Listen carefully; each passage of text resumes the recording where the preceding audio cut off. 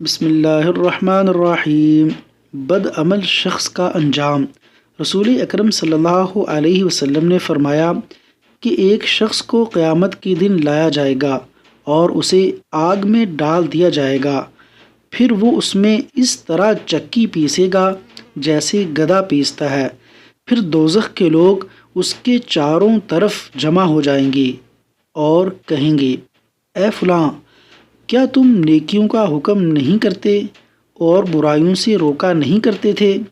تو وہ شخص کہے گا کہ میں اچھی بات کے لیے کہتا تو ضرور تھا لیکن خود نہیں کرتا تھا، اور بری بات سے روکتا بھی تھا لیکن خود کرتا تھا۔